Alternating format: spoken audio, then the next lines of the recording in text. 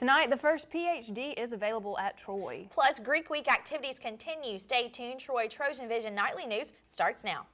From the high-definition Digital Production Center on the Troy campus, with news from Troy University locations around the world, this is Troy TrojanVision Nightly News.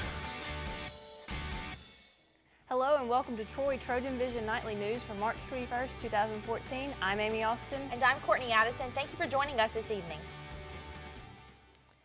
Troy University will soon offer its first PhD as the Alabama Commission on Higher Education approved the school's first ever Doctor of Philosophy degree today. The new degree program will offer a PhD in sports management. Even though the sports management degree is Troy's first ever Doctor of Philosophy degree, it will be Troy's second doctoral program along with Troy's Doctor of Nursing Practice degree. In addition, the commission approved a Master of Arts in Economics and Master of Science in English as a second language.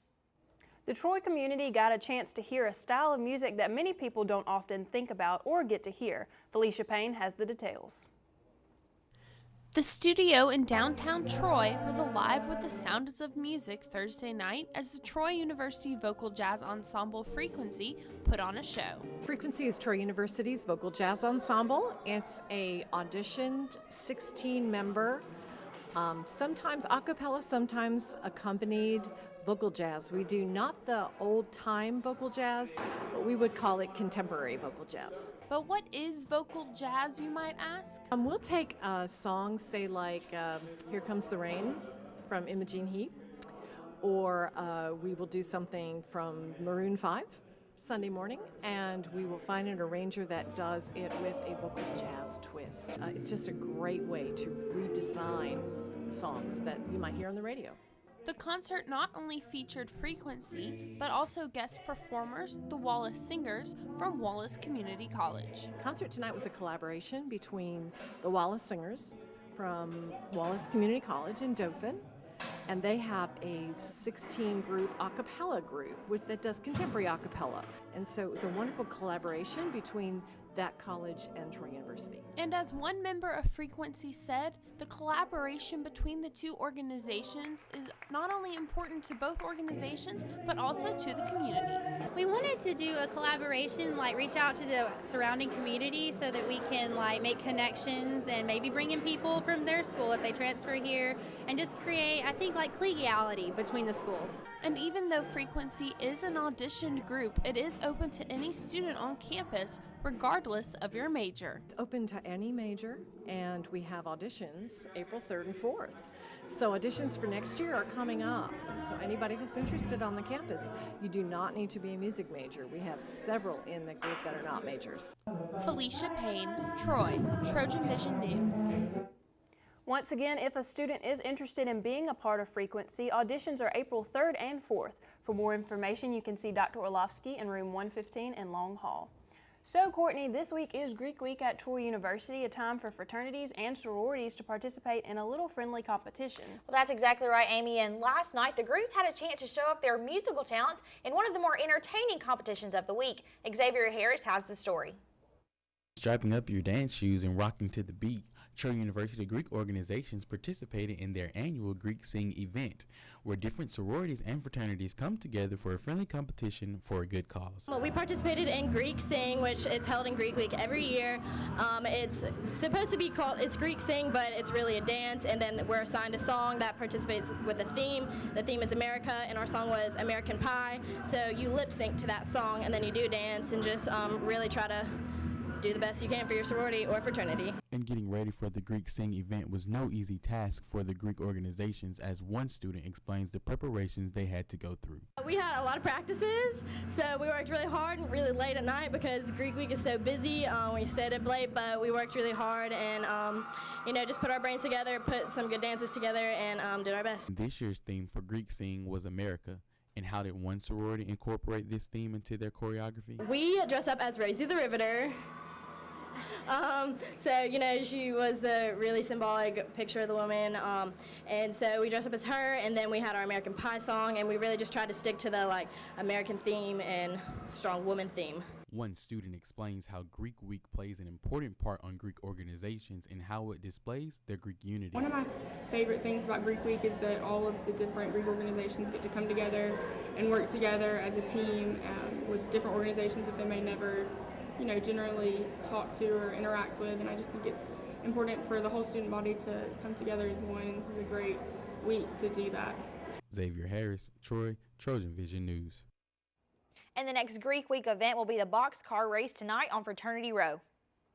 And now taking a look at news from around the state. In Cottondale, a company official says the Johnson Controls plant soon will be the biggest revenue producer among the automotive parts suppliers plants in North America. That's a turnaround from a few years ago when the plant was on the verge of being closed. And in Gadsden, a 48-year-old Alabama woman is seeking evidence from the grand jury that indicted her on a capital murder charge in the running death of her 9-year-old granddaughter. Lawyers for Joyce Gerard are asking to examine the testimony of everyone who appeared before the grand jury in Gadsden. A hearing is set for April 4th. And Birmingham's airport is marking the one-year anniversary of an accident that killed a child inside the terminal. The Birmingham Shuttlesworth International Airport will have a moment of silence tomorrow to observe the death last year of 10-year-old Luke Brissett of Kansas City. A flight status board tipped over on the child in a newly opened section of the airport, killing him.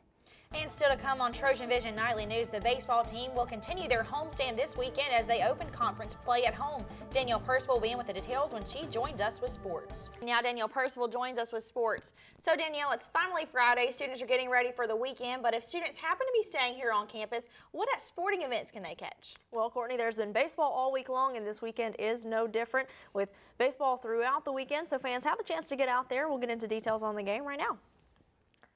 Of course, the Trojans were in action twice during the week, but this weekend is no different. They'll jump right back into conference play after some midweek non-conference action. The team will continue their homestand against Louisiana Monroe for the first conference series of the season at Riddle Pace Field. The Trojans are 2-1 over the week at home, but as head coach Bobby Pierce knows, 6 games in 1 week is a lot to ask from any team. 6 games in a week's a lot. 6 games in a week can really push you in a great direction or really leave you reeling. So it's a big, big week for our baseball team.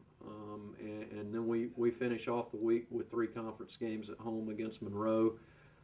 So I could think of no better time for the Trojans to kind of get their act together and start figuring some things out and becoming the team that they need to become. I can figure no better time than this week right here. Well, the Trojans will be looking for the bats to come alive, and if the last 3 games for the Warhawks are any indication of the chances of that, luck might be on the Trojans' side. The Warhawks have lost their last 3 by a combined score of 53-5. Yes, 53-5. The teams will hit the diamond tonight at 6 for the first game of the series, with Saturday's game also at 6 and the series finale Sunday at 1. Well, the Trojan softball team will begin Sunbelt play this weekend as the tournaments are over and it's all business from here on out. The Trojans will be on the road to start it off at Western Kentucky. Now, this is the final matchup scheduled for these 2 teams unless they happen to meet in the Sunbelt Conference tournament, as the Hilltoppers will be moving to Conference USA following this season. The Hilltoppers are currently 16-8-1 on the season and have an impressive resume, including defeating second-ranked Tennessee just a few weeks ago. The Trojans and Hilltoppers are scheduled for a doubleheader Saturday afternoon beginning at 1 and a single game on Sunday at noon. Well, this weekend will be a busy one at the Lunsford Tennis Complex with a total of 3 matches at home. Now, both teams were in action today against Alabama State. The men are right in the middle of a 4-game homestand and entered today having won the first 2 and will finish the home action Saturday at 10 a.m. against South Alabama. For the women, they will not be in action tomorrow, but will hit the road to play at Middle Tennessee on Sunday. They have won their last 2 and 5 of their last 6 matches. The men will have 3 matches over the next 3 days, ending with a competition at Florida A&M Sunday afternoon. And the Trojan track and field team is on the road at the Alabama Relays in Tuscaloosa this weekend. The action began yesterday with the decathlon and heptathlon and men's hammer and javelin. For the Trojans, the top performer was Hayes Grissom, who placed 4th in the javelin with a throw of 64.17 meters, which was the 8th best throw in the nation this season. For the men's team, Douglas Dyer and Sam Johnson competed in the decathlon and finished the day in 9th and 10th respectively, with the remainder of the competition today. The relay teams will be competing today with the start of the running events as well as the continuation of the field events. The Alabama relays will conclude on Saturday. And on Saturday, the Trojan football team will prepare for their second scrimmage, which will be Saturday morning. The Trojans are a week away from the annual T-Day game, which will be March 29th. There's a little bit of March madness in the Troy community as the buzz around practice on Wednesday was a visit from Gene Chizik, who won a national championship in 2010. Now, Chizik and defensive coordinator Wayne Bolt have a long history together, dating back to when Chizik was at Iowa State.